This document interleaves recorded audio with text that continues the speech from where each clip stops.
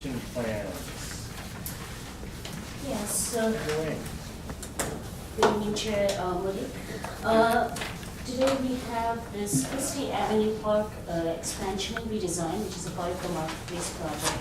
I believe this committee saw this at a very conceptual stage a few months ago, so now we have a concrete plan that will be presented to you. So this is going to the Planning Commission for a study session at the end of this month, October 30th, and it is scheduled for a decision at the December 11th meeting at this point. So with that, I'm going to introduce you to Ann Houghton of Hart and Houghton.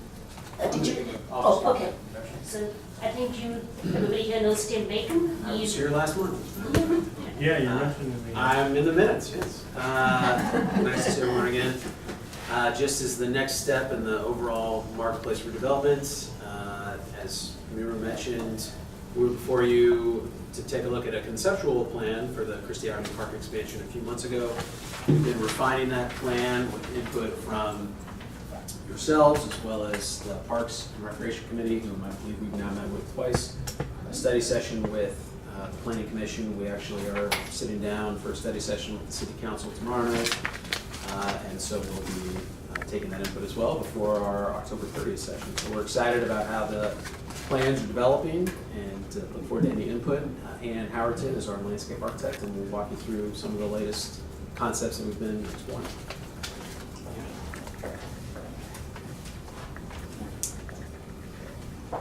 Hi, so we've brought a slide deck. We're going to show you our progress and a set of plans, and I think the best thing to do is we'll just page through it.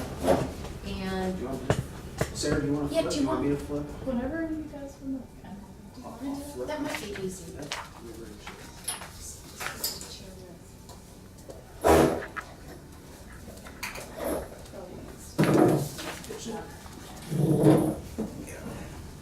Okay, so I'm going to give you some overview, and then we'll move into the conceptual design where we are with the park.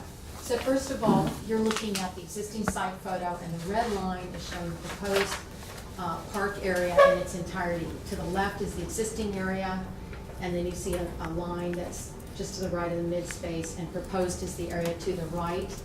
You're looking at Christie Avenue at the top of the screen, just to orient you. These are some, everybody clear on where they are?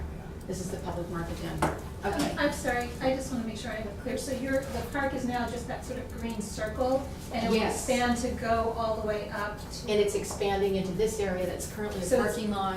So it's going to go basically from block to block. from Yes, one it's to- moving in the northerly direction. This is Oh, the I see. It's all expansion area. Okay, I'm Okay. oriented now. Thank you. Okay. I'm sorry, I have a hard time. No, that's all right. I want to make sure everybody understands the park. Okay. Here's some typical slides of the existing condition. I'm just going to point out to you, there's a main walkway that does sort of a bias direction connection up to the public market from Christie. This is the area that's going to expand. So for those of you who know the site a little bit, it's cordoned off right now. That's a parking lot. This is a building under construction and on the north side of things. This is a big existing berm. It sort of creates a barricade or a visual kind of spatial barrier along Christie. Probably designed as a wind baffle, I'm speculating on that. Its height is at least 8 feet. And then there's a walkway and a little bit of a stage. You can see what it looks like over here. That was used for events at some time. So the berm is on the west side? It is on the south and west. Southwest. South and west. Okay. Probably not. So now I'm gonna show you. There's the Yeah, berm. that's See good. that? It's a big crescent shape. And that view is taken from right here. Okay? This is the, Right, okay. okay? So on the other side. This will help too. You can see it And you there can as well. see, there's the hardscape, is the light gray. This is that amphitheater space with those two little stage elements. Okay. Actually, we're upside down. This is the, I'm sorry, just to confuse you, this one's flipped. This is the berm, this is Christie Avenue, this is the expansion area, okay? All right. So now acreage. There's an existing easement within here. This is 0.81 acres. The expansion area is 0.46. And there it is, just, remove all the other lines and let you see the configuration in context of what's proposed, the surrounding parcels. So here's the existing public market. This is a city-owned parcel with, it's slated for some sort of low-income housing. It's off in the future. We don't know at what point it comes online. Here's Christie. This is the building that's under construction currently, and these are proposed parcels. Up here we have proposed residential housing here. This parcel, you can speak to, Yeah, I Ted. can speak to that. So I think this is similar to what we talked about at last month's meeting when we were introducing the potential residential projects with Avalon Bay, with multifamily and retail on the parcel which is just north of the Hyatt Hotel. The future phase of replacement parking and retail and the realignment of Shell Mound and a potential retail multifamily use on parcel C, which is just to the north of the existing hospital. So this general, what we call our full build-out plan, is generally unchanged from the last time that you saw it in September. Can I ask more stupid questions to start bringing this up? Because I think I didn't Sure. quite understand this last month. So the two residential parcels we were looking at last month are A and C? A and D. A and D, okay, so D is where The UA Theater the is theater is, today. and well, C is where the theater parking lot is basically right now. Yeah. So it'll be right, just across the driveway from the public market. Yes. And that's gonna be residential as well. Potentially. We're still reviewing concepts for that. We haven't even submitted So, anything. so to that the one is, planning commission. okay, thank you. Okay, now we're getting to some of the fun stuff. So part of the interesting analysis we did was to figure out where we were gonna have morning sun, where we were going to have afternoon sun, and where we might have sun all day. And this particular shadow study is what we have, assuming there isn't construction in this lot. And then I'll show you another one. And of course, if a 5 or 6 story building goes in on the city land, then you get a very different configuration. So I'd like you to all notice that we do have a wonderful all-day sun area that we should take advantage of with the use, which I'll show you in development. And then Yes, what's but interesting, The assumption for that is that's taking into account whatever height things are happening to the east as well, in the Emeryville developments, et cetera. it's taking into account everything, Okay. absolutely. In Okay. fact, this is the very interesting place that has morning light, and as the sun moves around behind the very high building here, Yeah. Pacific Park Plaza, you get a Right, very right, I different figured sun to shade switch. But it's interesting, no matter what, and I'm, we just put in 6 stories on the city land to see what that would do, and that was based on being told that had been discussed in the past. There's no new information on the table. Okay. What if it was taller, would it be no sun? If it was like 10 or 15 stories, how would there still be sun all day Well, somewhere? How tall is PPP? Thirty. Clearly, you can get to a point where you have no light, Okay. but I don't want to speculate. And this is for every season? It's not dependent on the season? We took a look at the year. We looked at the, how much light we could have and how much we wouldn't when the angle is low. It is a composite, So so. that yellow part has sun all day and December 21st? So we have a pocket of all-day light, and then we have a park that really has morning sun in one area that switches to afternoon sun and vice versa. So next, this is to talk about tree removal. We're working with a horticulturalist who has a background in difficult soils and difficult sites in the Bay Area. Her name is Nelda Matheny with Hort Sciences. She's quite well known. I've worked with her for years. I really trust her science, and we are speculating. Well, we've paid for an arborist report to have them look at the quality of the existing trees, and there are a number of trees on the property now. They're not in great condition. It has something to do with the species selection, probably, and the fact that we have high water table within 2 feet of the surface at certain times of year. And in fact, the civic input when we met with the community was talking about the fact that across the street on Christie, they've never had any luck with trees at all. So it is what it is. It's a difficult, challenging site.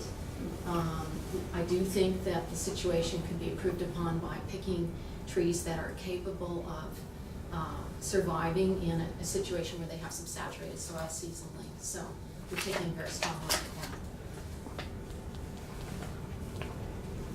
This is the idea of looking at where some opportunities are for connection. It's very important to us that there, and this was said over and over, there needs to be a very strong pedestrian connection. There's one that exists there now. It's not lighted. It was a request on the part of many, many people who spoke up for the fact how much it's used and how much they would appreciate the fact of feeling more safe in using it in the evening hours. So that's something we're taking into strong consideration, as well as there's a coffee shop here. There's going to be a whole lot of neighborhood expansion with folks probably wanting to use a park. These could be young families. I'm sure it's mixed socially and age-wise, but that's something to consider. We know that in the future there will be a connection when and if that lot gets developed. And of course, this is a very important idea that we have a public plaza and a connection from the market and the activity that's contemplated along Shell Mound, connecting out to the park. So we're keeping this in mind with our development of the park plan. This is a little more detail about what we heard when we met with the Recreation Committee. There were a number of very interesting thoughts and considerations, and they're all kind of summarized on this screen. But just in short, the conversation did move toward an actual dog park with an enclosed, environment. It's interesting because the research of it, the report that had been published by Emeryville in 2011, I think it was, said regulated dog off-leash hours, didn't move as far as a dog park, but times have changed, and the Recreation Committee feedback was that we consider that. In a similar way, they didn't, the previous report did not take a position on children's playground, what should it be? It was something that said maybe use nature, maybe use the arts. It wasn't actual physical playground equipment. We were moved in that direction a little bit by the Recreation Committee and a little further when we met with the Planning Commission. So we're considering the ability to do that. It was partly based on the fact that there is an affordable housing site likely to have children, and the fact that within, we're again looking at the numbers of apartments going in and new families, and the fact that there may be a stronger need. There was some mention of the summer movie screening, but it was not given a lot of emphasis. In fact, we know that the community feedback was this place is pretty cold. It's difficult to pull an event off here because of the wind factor. There was always consideration of saving some of the magnolias, which are the best trees on the property. We've subsequently had the arborists look at that. It's a complicated tale to tell, but when trees are planted very tightly and their roots are completely growing together, you can't actually thin them very well, and it's not a tree that relocates well. It usually goes into shock and does not recover for a number of years. So there is an excellent one that's in a position where we can keep it. We're going to do that for sure. And unfortunately, they are planted as a screen and buffer at the north edge of the existing park. So when you start to talk about expanding the park and creating a flexible use and a number of program elements that are trying to combine the park, the fact of having a barrier across the middle is just not a very workable idea. So as you'll see, we've got some other ideas moving forward. The other thing is that the reaction on everybody was that the stage mechanism doesn't really work. There was a fountain in there that broke a long time ago. Again, they're not seeing the need for events here so much as other sorts of needs. So that was the recommendation.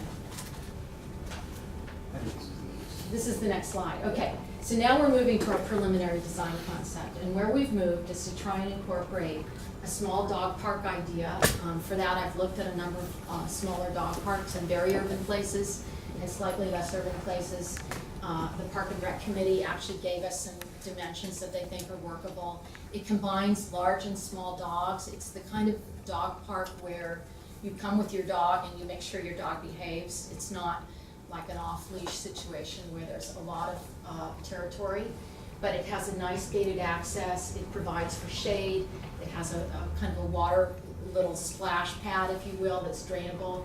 It has a number of benches, has low fencing so that you would feel that it's nicely enclosed, but it's got lots of visibility and safety aspect taken in mind. And it has nice proximity and access. And this is a good key corner. And this is actually contemplated because it's across from the coffee shop as a way that young families could even enter the park, and it's nicely separated. This area is open and flexible. That red dashed line just shows that if in fact to relieve the grass wear and tear at Doyle Hollis Park, they decided to use this once or twice a year, it could be done. This would take a seated group of 150, which was the request from the committee, that we at least consider holding onto that space. After that, that important area with wonderful sun and the important connection, the pedestrian connection with illumination has been created in this plan. The whole idea is that the plaza space actually uses the same kind of paving materials and extends into the park and becomes kind of the social gateway for the park. We've also created a lot of walking spaces. It was one of the things that came out in our discussions with the Recreation Committee, that they would like that. Also in meeting with the neighbors, that they would like that. And we're trying to create an overall plan which has a sense of active and passive uses nicely distributed so that people can find places for solitude, places for recreation, places for social gathering. There's the children's playground element area, which I think maybe we've got an enlargement. I'm going to show you these areas at a larger scale. Yeah, I think we should just flip through them. So now these are enlargements with sort of ideas. This is the area I was talking about where you come down from the plaza, and there's some hardscape paving, a lawn area with some interesting art sculpture pieces in it. And then these are playground elements worked in that we're thinking about that are designed for children. Built-in benches worked into some of the shapes of the hardscape. This is showing the opposite end. Coming in from Christie Avenue, we're contemplating the idea that there would be an overhead trellis with a vine canopy like the image at the upper right, and a definite place to post the rules about the park and that nice little thing that has the dog baggies. Bike parking. Bikes are part of this. So we're thinking that people are coming here, they're parking bikes, so we found the key areas and we're putting those there. We're also thinking about drinking fountains that are designed with the water bottle filler, so that people who are recreating can do that. It's not, it has a low down drinking aspect, and it has a way to fill a water bottle. This is an example for this corner opposite the coffee shop. The precedent image is from Rittenhouse Square in Philadelphia. It's a wonderful park that works very effectively for all kinds of users, and this particular corner is very attractive to people with really young kids, and they tend to come here in the morning and kind of hang out, and their little kids climb on this sculpture. And so, we've just taken a little idea that there can be a smaller scale social space within the park that is designed on the coming and going to the coffee shop and experiencing the park itself. This is the kids' play area. These are examples of ideas that we're thinking about. This is actually based on the image at the upper right, which we're exploring with an interesting playground programmer.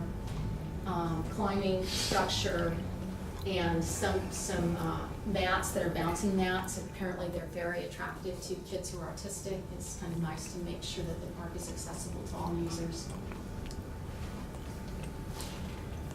And a trail loop. I've forgotten to mention this, but the idea of this is that this walkway is used for exercise, but there's a little element of nature and discovery in terms of what's planted, and that these are berm shapes like the image at the right, used for play. So again, these are just images that show that there's a lot of passive area. This main walkway is extra wide and has benches under what would be more of a distinctive canopy tree. and can be used like these images at the right, which were taken, again, that's taken at Rittenhouse. A lot of people like the image at the upper. This was remarked upon a number of times by people in the community. They also wanted places to participate in the park, but to find the opportunity for a little bit of respite. So we're making sure that we've got those opportunities. This is considered a site wall, and the berming, we have a cap of fill, so there's some fill that's required, and we can integrate the idea of this site wall with the berm. This is the ideas that inspired the dog park that I mentioned. This is a little wash station. You can hose off your dog. This is thought of as decomposed granite. This was the idea for the little water basin. And again, we've got some circular benches under these trees so you can look in every direction, as well as ones that line the perimeter. This is just where we're going with paving. As you can see, it's got a lot of non-hard area. These other areas, are just a number of different finishes that we're talking about. The important one to note is that there's this thought that the main walkway pulls all the way up and into the plaza.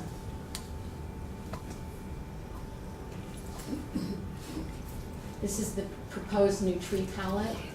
It's pulling from some Australian species that both take the drought and are willing to grow it on lawn and are willing to be flooded at their feet, and should do very well. So, in fact, many of them have been introduced in the Bay Area over the years. They're not newcomers. And they are recommended by our horticulturalists. Here's what they look like. So, the Raywood ash is really picked up across the street. We're not going to bring it into our park because of some issues they present, but the predominant tree is the Tristania conferta. It's a Brisbane box. It's evergreen. It's very tough and resilient. It's not going to mind the wind, and it is used to having the wet feet, which will be very useful. The canopy tree along the main walk, we're going to use a species of Pittosporum. Again, a leafy, kind of larger tree, but very resilient. It's used over, our offices are off the Embarcadero in San Francisco. I'm looking at these trees all the time as I'm driving to and from work and walking Embarcadero. So I'm feeling comfortable that we've got a palette that is up to the issues. This is kind of fun. This is a peppermint tree. Actually, the leaves smell like peppermint. It's going to be the accent at the playground.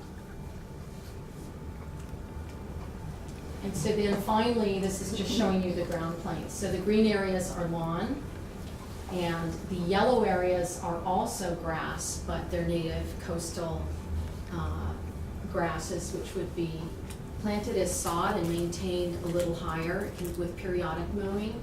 The idea is to try and extend the area so that we can use as much as possible passively and actively. So these berms, in fact, would be slightly sculpted, but they can be used to sit on. You can picnic, read a book. You can walk up and over the berm, unlike the existing berm, which is pretty much a barrier. This is the palette of plants, gives you just a little sense. So when I said low water use, high traffic meadows that are actually lawns, that's what I meant. And then there are some reedier kinds of grasses that can create some little soft effects that should do very well in the wind and the coastal conditions. Some of them are directly coastal. There's a little bit of miscanthus as a screen against that lot that's a vacant lot where a little more height would be advantageous as a screen. This is a simple idea that Rosa rugosa, which is a coastal tolerant rose, could be a little bit of a bed along the main walkway. It's a tough plant. Here's a little more color that you can see. So it's grasses, it's ornamental grasses that are low maintenance, and it's some pops of color. So the idea was to put red trumpet vine on the arbor entry off of Christie. These are elements, and so this might be of interest to you. I want to point out where we're currently thinking about putting bike racks. So this is the symbol. So you can see at this entrance, bike racks, and then up here we're putting some There are some off the drawing that are contemplated for the plaza piece as well. Can you tell us how many, like, these racks will accommodate? Well, we can do more if we get feedback that we need more, but what I'm showing so far is 1, 2, 3, 4, 5, 6. That's enough for 12 bikes. That's 12, that's 12. It's on the order of that. And I assume there's nothing to keep people from just taking their bike with them into the park. I don't think so, no. I mean, ultimately, it'll be a city park, so the city It's the city's rules and rules, regulations right? won't really. Yeah, that's what people often end up doing now at the parks, just walking. I right understand in. why, Yeah, you know. you keep it with you, it's because it's kind of blocked right there if you're going in the park, you can be able to see it. Yes, Why not put some, bike rack in the park? we could look at that. I mean, I mean, I'm just closer to thinking, where maybe people I come might down be. and, you wanna throw a frisbee with a friend, and you've got that nice wide space there, or maybe you got a kid and you can use the smaller space, and then maybe you could have a rack. Or, I see that they're all around the outside of it, Uh-huh. and I don't, there's probably room to widen things out somewhere and put a bike rack on the main thing, Maybe near the like dog some park, Yeah, do some dog walkers.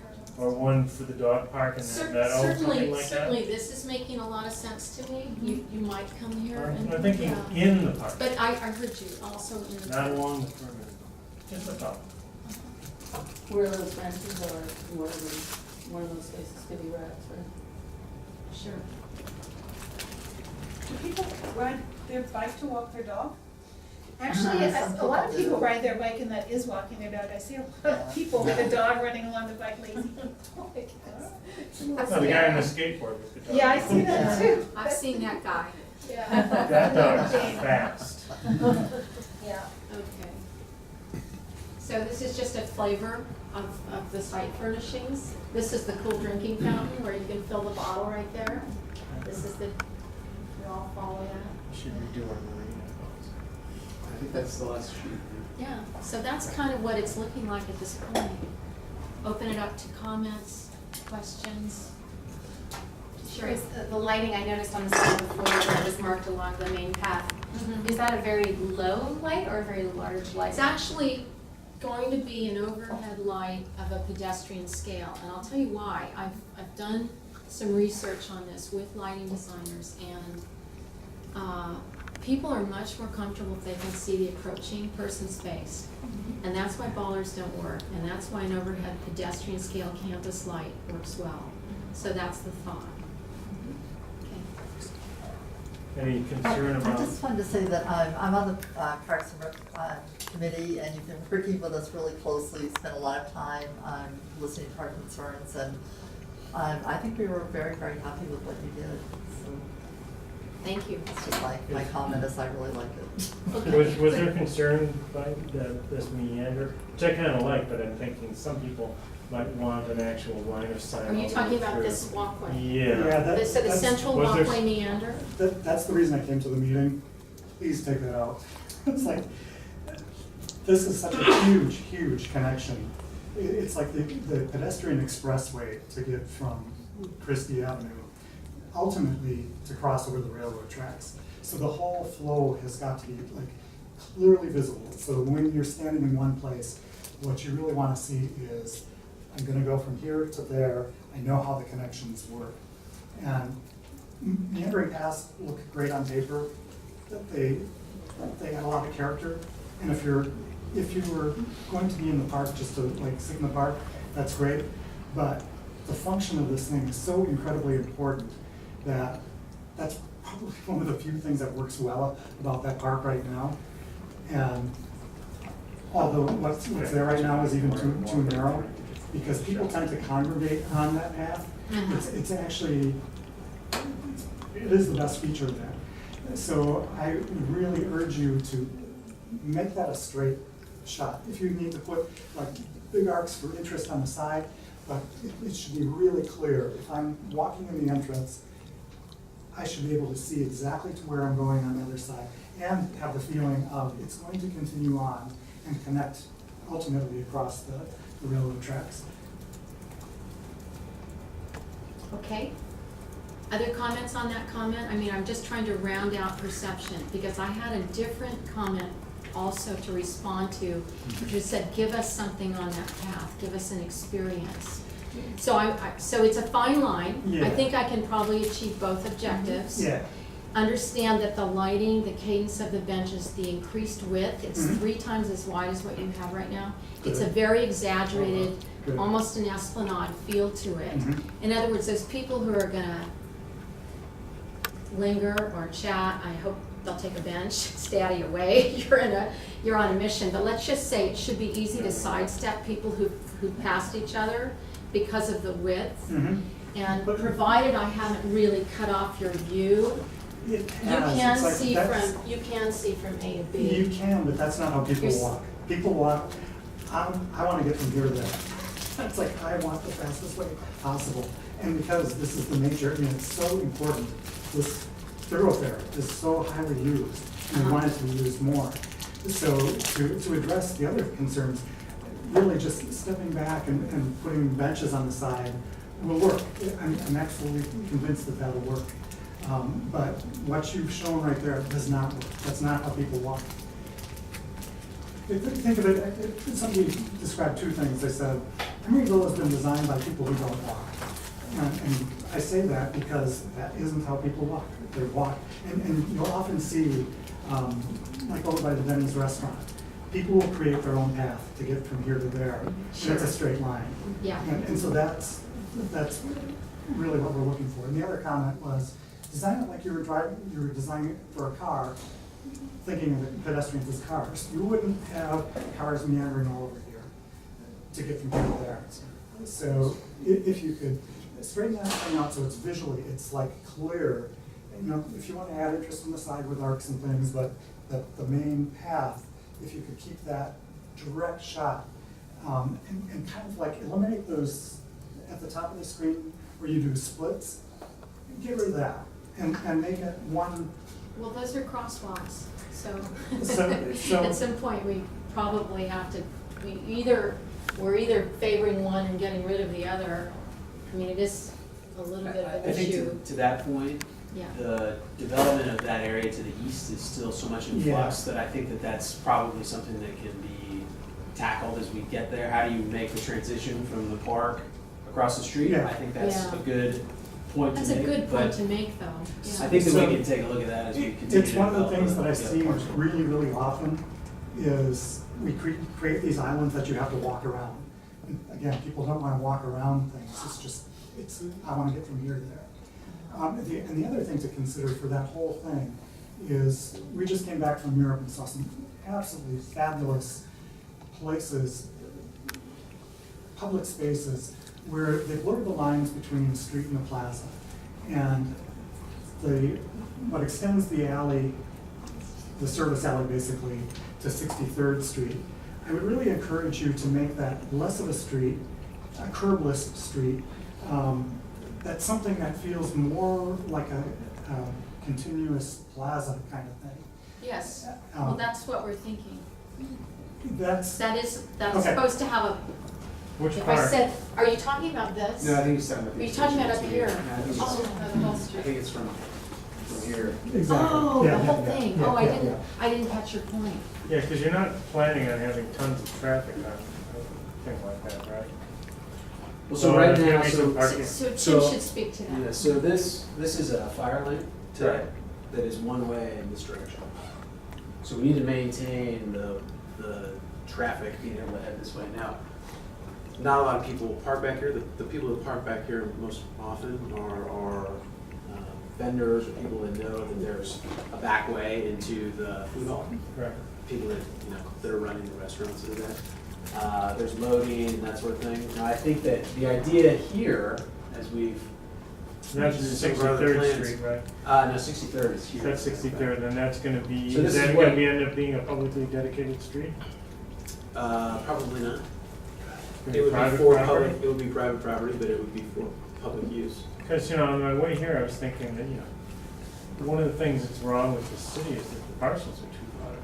If we had something a little more urban scale, and your I whole think- idea of having some, not that I'm gonna subdivide all you guys on this, but I'm just had that, that's one of the biggest problems in it. I remember walking across that thing in a special election, when there was construction, I had to walk across the railroad tracks, and my polling place had moved, it was in your building, I don't know, 10 years ago, and I think, God, this town is tough to walk in. You know, and it's that sort of large parcel, gotta walk all the way around type of stuff that goes on. I mean, I just think that it'd be great to have a couple more dedicated streets and ways to get through things. Yeah, the idea with this point of connection there is that it would head back to, We should go back to. Only goes to Raleigh for a Shelmont, I minute. think, right? Sure. It goes back up to Shelmont. It's gonna go in between two of your parcels, right? There we go. so the idea here is to create a plaza that would have the ability for traffic to go in. The fire department has wanted to make sure that there is access through there.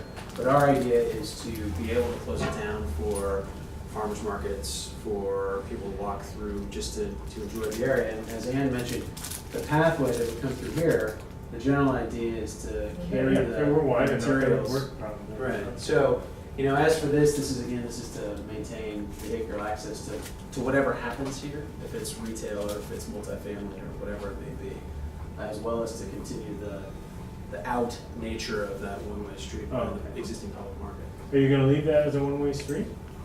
This right here? No, That would not have to that be. part. This part. would probably, we're trying to figure that out, but I think you'll have to maintain some sort of access here, and you'd have to sign it accordingly so that people don't.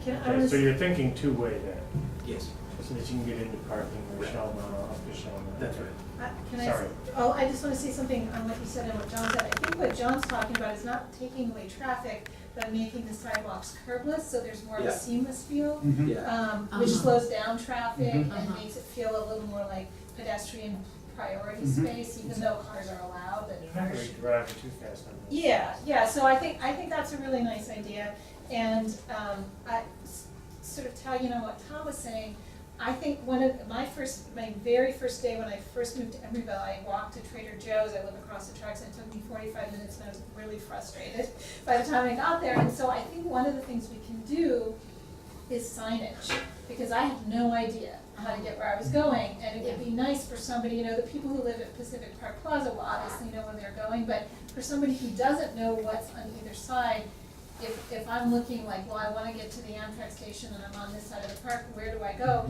To have a sign showing that's what that, you know, that, like they do on the bike things, you know, Amtrak 0.1 mile. A little bit this- of kind wayfinding. Yeah, a little bit of Yeah, wayfinding would be okay. nice, and maybe even on the other side, you know, Sure. pointing at direct destinations within. So you understood you know. had the option of going through the park as Right. opposed to around it. Yeah, so for that people instance. get that they, you know, that there's Okay. a route through there, which is always obvious on the car routes, but it's not always obvious on the pedestrian routes, so it'd be Sure. great to have that. And I had a couple of other comments, I think the dog park is a great idea, I think people need that. I would love it if there were outdoor seating with tables, doesn't have to be a ton, but I love the idea that I could go to the public market, get something and go eat outside. Or for people, as somebody who was just working, I was just working in downtown Oakland recently, and there are not enough places if you bring your lunch to just go sit outside in a public park and not have to put it on your lap on a bench. It's the few places that there were tables, I was so thrilled with. So, you know, there's offices near here, I think that would be a really nice amenity to have sort of at that end of the park, nearer to the playground. And also for people who wanna have picnics or whatever, it's nice to have some tables in addition to benches. So I would encourage you to do that. And I love the idea, I think people like to be able to walk around parks, I love the meandering path around, and I love the idea that there would be a sense of, you know, being in sort of an arboretum. And I guess I would love it if the plants were more native, and it sounds like you are bringing in some native plants, but if trees have a really hard time, do there need to be so many trees other than the windbreak? What about bushes or, you know, other, you know, where the trees are? So I just wanted to throw out that idea, and I just wanted to say that the red trumpet vine that's growing in our house, if we left for 5 years, you would come back and there would be nothing but red trumpet vines. It's like the plant that ate the world, so I'm sure you know way more about these plants than me as an arborist, but when you say red trumpet vine, I'm sort of. You start to shudder. Yeah. It's probably the perfect one for this park. Where's it gonna go? Hopefully just cover the arbor. I mean, Yeah, you would think. We have to. You're saying it's an invasive species? It is incredible. Our trumpet vine is now probably close to 20 years old. It runs along one side of our property on a fence, and it runs over 2 trellises. We cut it back continuously. It has like this wide of a swale, and yet it is amazingly productive, and people are, it's pretty, it blooms a lot.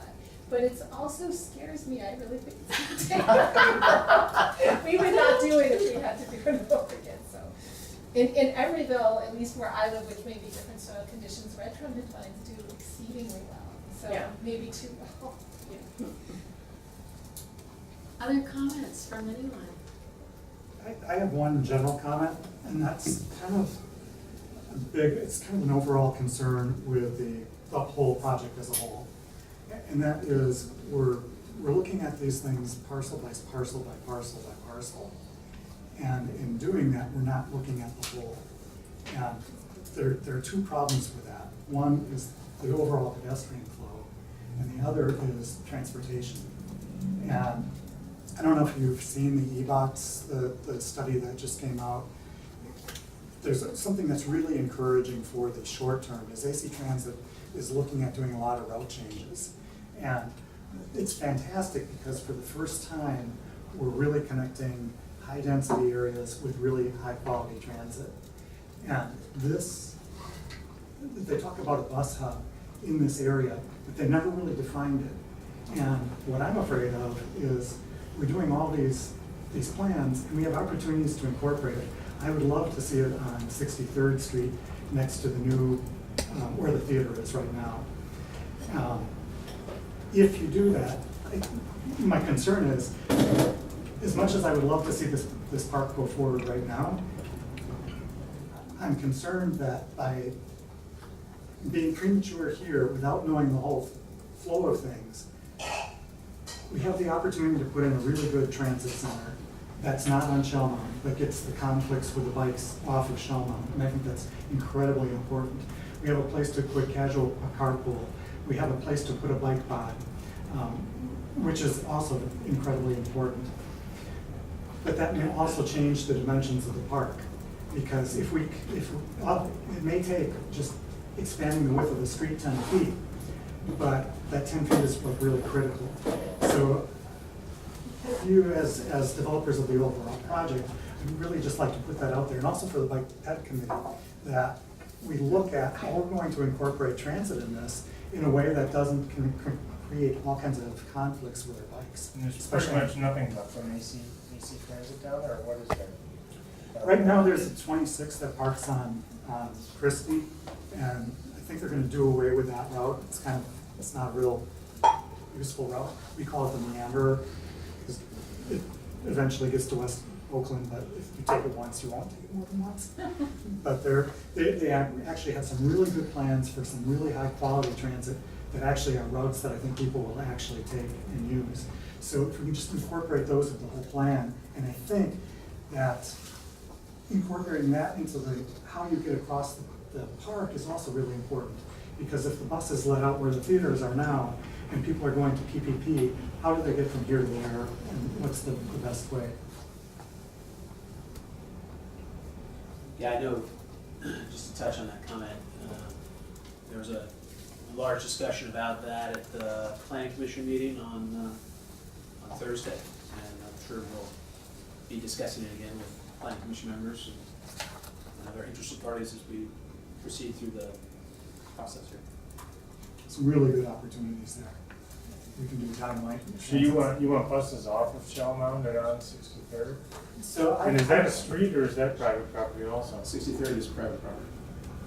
And right now, it doesn't go through, right? It will be opened up to go through. So right now it goes, let me get It's to. kind of a parking lot throughway. Yeah, and again, it's You get your own bike. So this is it today. So it'll be more of a street once it's developed. That's the idea, you know, the something that we heard, I think, from this committee early on in our process for the full build out, when we were looking at realigning Shell Mound and building the garage, is that at Bay Street, for example, the sidewalks are private, so you actually can, if you wanted to protest or something, or exercise your First Amendment rights in front of a store in Bay Street, you wouldn't necessarily have that opportunity to do there. The idea here would be to keep the use of the sidewalks for the public, dedicated for public use with the city, although the land itself would remain private. And we've spoken to the city about that numerous occasions. Any other questions? Sorry. I have a couple comments that have been passed on to me as a council member that I'll just raise so that BPAC knows what other things might come up as discussed as well. So one was having a more rectangular shape rather than carving out, or rather than having the angle of the road, but to connect. Right now, there's almost a visual connection, almost, from the back lane behind the public market.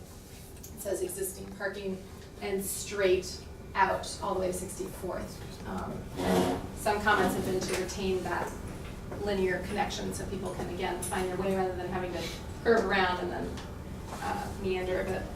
And then the second comment that I just received this morning was about, and this is beyond the scope really of this specific project, but why aren't we thinking bigger for this park?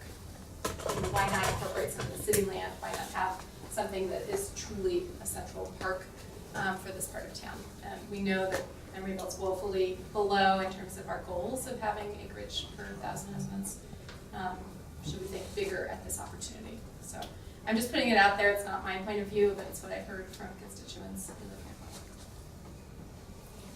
But when you talk about bigger, I know that one person who had talked about bigger, I talked to somebody after one of the meetings and who had talked about bigger. He was talking about taking additional properties. I mean, I don't know where would they take it? I mean, there's a new building, construction that was just put in. I mean, they're not gonna take that. I And think the other property to the side of it is You the really city have to- property. Right. It's the city So, property. so I don't know. Yeah, you really have to go this direction. That's what You have to go south. Yeah, Yeah. that's what it's. The city parcel is parking lot and something next to it? City property actually runs all the way. Oh, okay. Actually, it goes further. We Just go all the way own, down here? yes, we own Okay. the other parcel as well. Oh, that's right. Yeah. So do you think that's what they're talking about, is that the city would use it instead of affordable housing, they would use it for additional park space? That's what was being recommended. I mean, there are 3 different parcels there. There are legal issues with what they were purchased for and the money it's used. Well, and it's Yeah. also. So I don't know thought all they were that. I tied haven't up looked with into it. different- yeah. It's just another idea, I think, to. Well, and I wonder if it's developed for affordable housing, maybe there could be, as part of that development, could be some park space on the north end of it that merges into this park in the future. The idea, generally, I'll just make a comment there, is that we had that thought, and you know, while this is maybe a smaller, this is not the best one to look at for that, let me go this one. You know, we did want to make sure that there were ways to get into the park from here, and right now it's so closed off. This is where that berm is today, and there's a pathway actually here that runs alongside this yard and the berm. And, you know, there's a few benches and some trees, but I don't think it gets utilized because of the easy pathway here. I'm sure you. It actually does. Does it really? It gets used by a bad element, right? No, No? well, that does happen too, but like we regularly enter the public market. For some reason, we enter down the Windy Corridor Alley and go in one door and we come out the back door. I don't know why we do it, but we always walk through the parking lot and we do take that side area. Yeah. The idea though is to kind of bring it closer to this and to do, again, design a couple of entrances here. Well, it's designed for flexibility. Yeah. Once that design comes online, you could really create connection Right. at any point in any way that makes sense. So don't think that this design going forward in advance of that lot means that Right. they can't adjoin. They can. I have a question about the wind at this park. Is it dramatically more windy, say, than Doyle House Yeah. Park? Yes. It's like it's a totally different Really climate. Must be because of that 30-story I building. think that's it. I think it is too. It's like there's a wind Wind tunnel. tunnel. It's just like it is in certain places in downtown Oakland and in San Francisco where it just doesn't stop. And then you walk out in the street and everything's just fine. And it's just like a totally different little. Can we use that, Atmosphere. or would there be some kind of kite line? Yeah, or we could have like a windmills or something. Well, they have that little piece of art there right by the Pete's Coffee. Oh, do they? That It is flies fancy. up and down. Oh, that's really cool. But the one music event that I went to that the city had there, it was just freezing. everybody was dressed Right. up in, you know, they Yeah. had, you know, people who thought to bring hats and Yeah. mittens and, it was just really incredibly unpleasant. Was that evening? It's- Yeah, it- well, it- it was about 6 o'clock. So, It yeah, it was comes in- evening, but it was not late in the What's evening. like midday? But how about in the morning? It's gotta be calm relatively in the morning. It's relatively calm. It's definitely in the summer, the winds pick up in the afternoon right off the bay and it really gets blasted. But, yeah, but it's like, it is such a different climate when we walk through Christie Park and then go over to Doyle Hollis Park. It's almost like 10 degrees Yeah. warmer. It's just Totally like different. really different. Anything else we have here right now? Paul? Will the trees do anything for the wind, or you done some You sort of know- wind study? Well, Like the that, wind like negative in the swirls, sun? the problem is simply not gonna be, Yeah, we have to take that 30-story building down. yeah, That's you have to right. take into account. Situations are at the top. What parts aren't gonna be windy, or is the whole park windy? What parts are There isn't like less any windy? reason to think when it's windy, there's a sheltered aspect to the park. I don't think that can be done, and if a 10-foot Right. berm didn't do it, Well, what I was just saying, like, as it Yeah. is right now, like, you did that study of where the sun would hit. Is there some Right. parts that are just not as windy as others, or is it all windy? That's a good question. I don't really know. Yeah, You know, does when- the building block go in? Yeah, that event that, I don't know if it was the same one you were at, but I went to one and it was very unpleasant, the whole park. I mean, it was hard for people to stay there. No, I will say that that's gonna be where the parking lot was for, the United Artists Theater, and, I mean, I've parked in that area a number of times when I've been there for the theater or for, you know, the public market. And I don't remember walking through that side of the park as being particularly, I don't remember walking through and thinking, oh, this is really windy and unpleasant, it just. Yeah. I think on some days it will be. They're nice maybe, days and but they're not windy quite the days. same rate as on the other side. In talking about another part of the project, actually talking to a wind consultant, The thing that happens is that wind will travel from high to low pressure areas, right? So the low pressure area is basically the back side, the east side of a PPP. So what happens is the wind will seek the low pressure from the high pressure, and it'll kind of whip around both sides. Oh. And that happens to be right about here. So, you know, that's just kind of the way that the building is constructed is, you have to deal with that. I was looking at it as it relates to the office building and the wind that is created through that alley there, and it's kind of a similar effect, but kind of because of the two-story low building, it's in front of it, everything different. Can I ask what the reason is for the curve in the alleyway and the street at the top? Was it just to Here. have a smaller footprint for the park and a larger footprint for the parcel, is it C? No, it is C, yeah, that's what we call that parcel. The idea was the acreage of the park is actually slightly larger than what was requested by the city in the entitlement approvals in 2008. So it wasn't meant to, you know, play any games with shrinking square footage or anything like that. We do think that there's some value in expanding that parcel such that you can have both some retail, which we're still hoping will be grocer. We're continuing to have conversations with potential grocery stores about that parcel. Let me go to an overall site plan again, just so we're all on the same page. And then with some component of what we believe would be some really kind of building on the density that's being worked on in this area, both with, you know, the Essex building and then the proposed parcel D property, to have just another base of multifamily that kind of stays within the limits of the earlier approval as far as the number of units and that sort of thing. Okay, so, is this considered an action item? Are we trying to make a, Motion on it? It's discussion / action, Yeah. so it doesn't have to be action. because we've really spent a bunch of time on this, we've got another big item. Is there, Seemed like we had kind of disparate comments, though. Yeah. There's one thing that the whole committee wanted to recommend. like, parking inside the park? Can we finish up? I think we should recommend that the comments be passed forward to the planning commission.